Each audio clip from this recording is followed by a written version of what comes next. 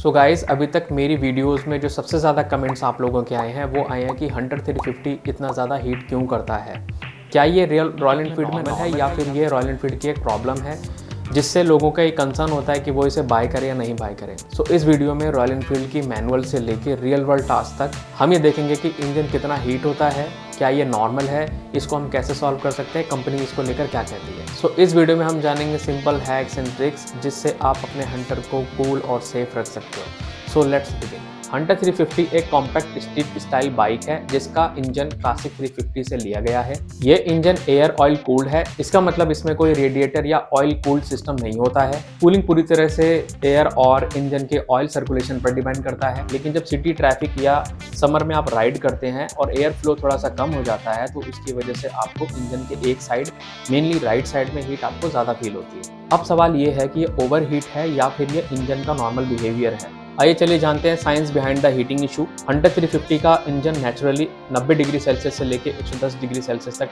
Heat होता है। ये टेम्परेचर कंप्लीटली नॉर्मल है एक एयर कूल्ड इंजन के लिए। ट्रैफिक में ये स्लाइटली कुछ ज़्यादा ही आपको फील होता है। अगर तुम्हें ज़्यादा हीट फील होती है तो एक परसीव्ड हीट है, ना कि वो मैकेनिकल कोई इशू है। इसके कुछ प्रो टिप्स भी हैं जिनको आप फॉलो करो तो आप थोड़ा हीटिंग को कम कर सकते हो या आप हीटिंग अवॉइड कर सकते हो। थ्रॉटल को स्मूथ रखो, ठीक है। स्टॉप एंड गो में आप बाइक को 30 से 40 सेकंड रोको। ट्रैफिक में अगर आप हो या आप स्टॉप कर रहे हो एंड जा रहे हो फिर स्टॉप कर रहे हो तो इसमें आप 30 से 40 सेकंड के लिए बाइक को ब्रेक भी दो अगर कोई रेड लाइट आती है या आपको लगता है कि ट्रैफिक ज़्यादा लंबा है। थोड़ा डिसेंट तरीके से राइड करो क्योंकि रॉयल एनफील्ड की जो बाइक्स होती हैं वो स्पोर्ट्स बाइक में नहीं आती हैं, तो आपको इनको डिसेंट तरीके से राइड करना पड़ेगा।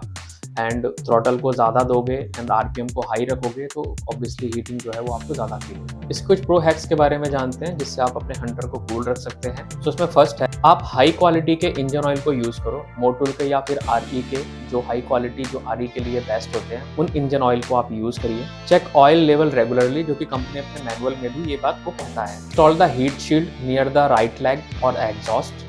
Avoid aftermarket silencer. Company अपने मैनुअल में भी कहता है कि जो आफ्टर मार्केट आप एग्जॉस्ट लगाते हैं उससे आपको हीटिंग इशू आ सकती है। बात मिथ वर्सेस रियलिटी की। हर एयर कूल्ड इंजन हीट करता है, हंटर उसमें बेटर परफॉर्म करता है। इसकी हीटिंग इतनी भी ज़्यादा नहीं है। मैं खुद पर्सनली 1.5 महीने से यूज़ कर रहा हूँ तो मुझे इतनी हीट नहीं फील होती है क्योंकि मेरा बाइक को राइड करने का तरीका अलग है। मैं थोड़ा सा उसको डिसेंट तरीके से राइड करना ज़्यादा पसंद करता हूँ एंड स्टॉप एंड गो पे मैं ज़्यादा नहीं जाता हूँ कि मैं भगा रहा हूँ एंड रोक रहा हूँ, तो वो चीज़ है थोड़ा सा।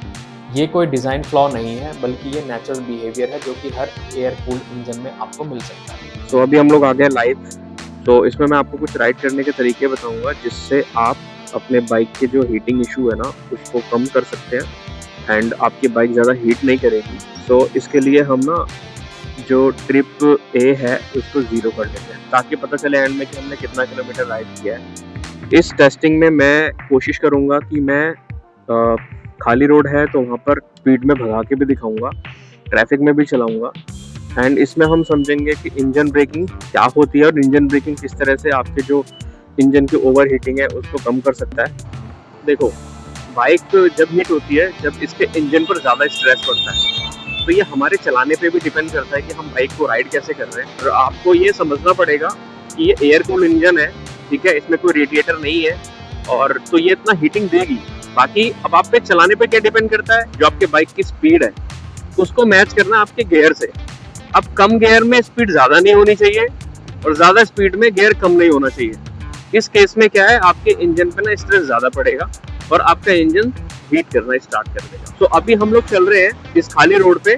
तो अभी मेरी स्पीड जो है वो 50 है, ठीक है, एंड जो मेरा गियर है वो है फिलहाल 3rd। जब मुझे लगेगा कि अब मेरी बाइक ज़्यादा लोड ले रही है, ठीक है, इस पे ज़्यादा इंजन पे स्ट्रेस आ रहा है, एक हैवीनेस फील होगी, तो हम गियर को चेंज करेंगे। बाइक राइड करते वक्त इंजन स्पीड और गियर को मैच करना बहुत जरूरी होता है। दूसरी चीज ये, ब्रेकिंग के लिए ना आप लोग सिर्फ ये ब्रेक्स का ही यूज नहीं, आप इंजन ब्रेकिंग यूज करके भी बाइक को स्लो कर सकते हो। इंजन ब्रेकिंग का मतलब क्या होता है कि आपको ब्रेक नहीं दबाना है, आपको बस क्लच और एक्सेलरेटर को, ठीक है, रिलीज कर देना है, ठीक, और बाइक जो है अपने आप स्लो होना स्टार्ट हो जाएगी। जैसे मैंने अभी इसको रिलीज किया है, अब आप देखो बाइक की जो स्पीड है वो कांस्टेंट कम हो रही है और ये बाइक रुक रही है, ठीक है।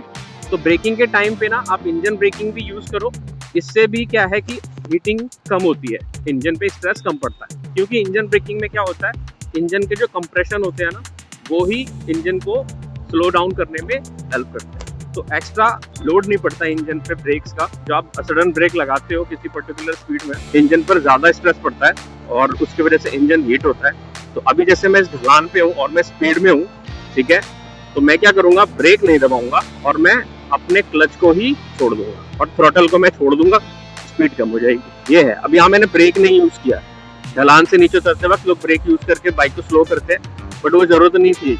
बस ये कुछ चीज़ें हैं, आप अगर इस तरीके से राइड करोगे बाइक को, तो आपका हीटिंग के साथ साथ आपके जो ब्रेक के पैड्स होते हैं, आपका जो क्लच प्लेट होता है, वो भी काफ़ी लॉन्ग टाइम तक चलता रहेगा। अब जैसे मैं ट्रैफिक में आया हूँ और मैं 3rd गियर पे था, तो अब मैं 2nd गियर पे आ जाऊँगा आराम से और मैं यहाँ से निकालूंगा। अब ये नहीं कि मैं 3rd गियर पे ही हूँ और मैं क्लच दबा के स्पीड दिए जा रहा हूँ, तो इससे इंजन पे ही लोड पड़ेगा।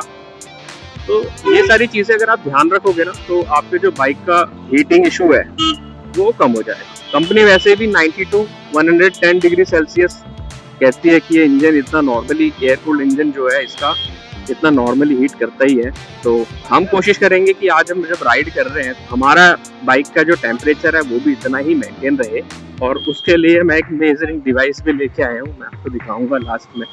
कोशिश है मेरी यार कि मैं आपको कितने ज़्यादा अच्छी इन्फॉर्मेशन डिलीवर कर पाऊँ, तो मैं भी कुछ ना कुछ जुगाड़ पीछे लगाता रहता हूँ, और ऐसे ही एक जुगाड़ में लेके आया हूँ और देखते हैं वो कितना काम करता है। काम नहीं करेगा तो भाई आपको मेरे पे ट्रस्ट करना पड़ेगा। मैं आपको रियल फील बताऊंगा कि हीटिंग एक्चुअल में कितनी है।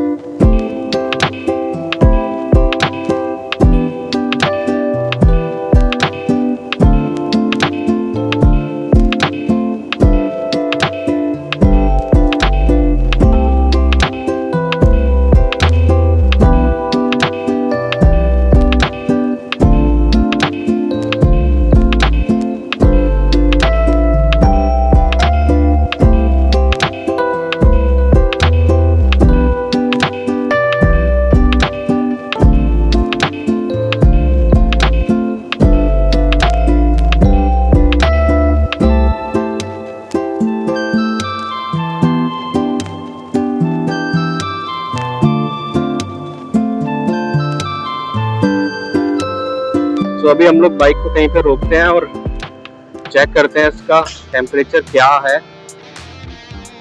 सो जो मैं जुगाड़ लेकर आया हूँ वो मैं दिखाता हूँ, वो है ये, ठीक है।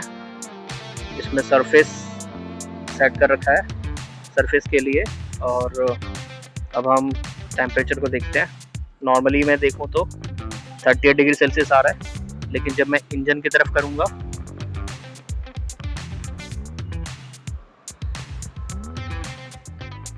ये 99 अराउंड आ रहा है। मैंने अराउंड 19.8 किलोमीटर के अराउंड में बाइक को राइड किया है। ये कम नहीं है डिस्टेंस। ट्रैफिक भी था इसमें, ठीक है, और इसमें खाली रोड भी थी और इंजन ब्रेकिंग भी बताया मैंने, वो सब यूज़ किया है। और टेम्परेचर आप देख सकते हो कितना है, मैनुअल और कंपनी के क्लेम से तो कम ही है। और पर्सनली मैं बताऊं, मुझे बिल्कुल भी हीट फील नहीं हो रही है। तो फाइनल वर्डिक्ट की बात करें तो रॉयल एनफील्ड हंटर में कोई डेंजरस हीटिंग इशू नहीं है। ये एक नॉर्मल है, जो कि 90 से लेके 110 डिग्री सेल्सियस के बीच में रहता ही है टेम्परेचर। इंजन जो है वो नॉर्मली ऑपरेटिंग टेम्परेचर पे ही काम करता है। अगर आप टाइम टू टाइम सर्विसिंग कराएं, इंजन ऑयल के चेंज करें एंड अपने बाइक की टाइम टू टाइम केयर करें, तो फिर ये जो हीटिंग इशू है आपको नहीं मिल सकता है। बस इतना ध्यान रखो कि ये एयर कूल्ड बाइक है, रेडिएटर वाला नहीं है। रेडिएटर वाली बाइक्स में हीटिंग इशू नहीं होती है। एयर कूल्ड में आपको हीट मिलेगी। आप कोई भी एयर कूल्ड बाइक उठा के देख लीजिए, आपको उसमें हीटिंग फील होगा। ये इसमें एक खराबी है, ऐसा कुछ नहीं है। एयर कूल्ड में आता ही है हीटिंग। जो कोई इस साल हंटर बाय करने वाला है तो आप प्लीज़ ये वीडियो उनके साथ शेयर करिए। तो ये जो वीडियो का मेरा मेन पर्पस है वो यही बताने के लिए कि हंटर में खुद भी राइड कर रहा हूँ पिछले 1.5 महीने से, और उसमें हीट मुझे इतनी फील हो रही है, ठीक है। सो कुछ इसके प्रिकॉशंस हैं जिनको आप लीजिए। हंटर 350 को लेकर रॉयल एनफील्ड ने एक मैनुअल भी अपनी वेबसाइट पर मेंशन किया हुआ है। आप उस मैनुअल को मेरे डिस्क्रिप्शन से जाकर ऑफिशियल वेबसाइट से उनकी डाउनलोड भी कर सकते हैं। अब मुझे आप बताइए कि आपकी जो हंटर है वो कितना हीट करती है और आपने अभी तक उस हीटिंग को कम करने के लिए क्या-क्या ट्रिक्स और हैक्स आपने अभी तक अप्लाई करे हैं। तो प्लीज़ वो चीज़ें आप नीचे कमेंट करो, इससे बहुत से लोगों को हेल्प हो सकती है। और आप जो नीचे कमेंट करेंगे, मैं हर एक जेन्युइन कमेंट को नेक्स्ट Q&A सेशन में मेंशन करूँगा। वीडियो पसंद आए तो लाइक करो, चैनल को सब्सक्राइब करो।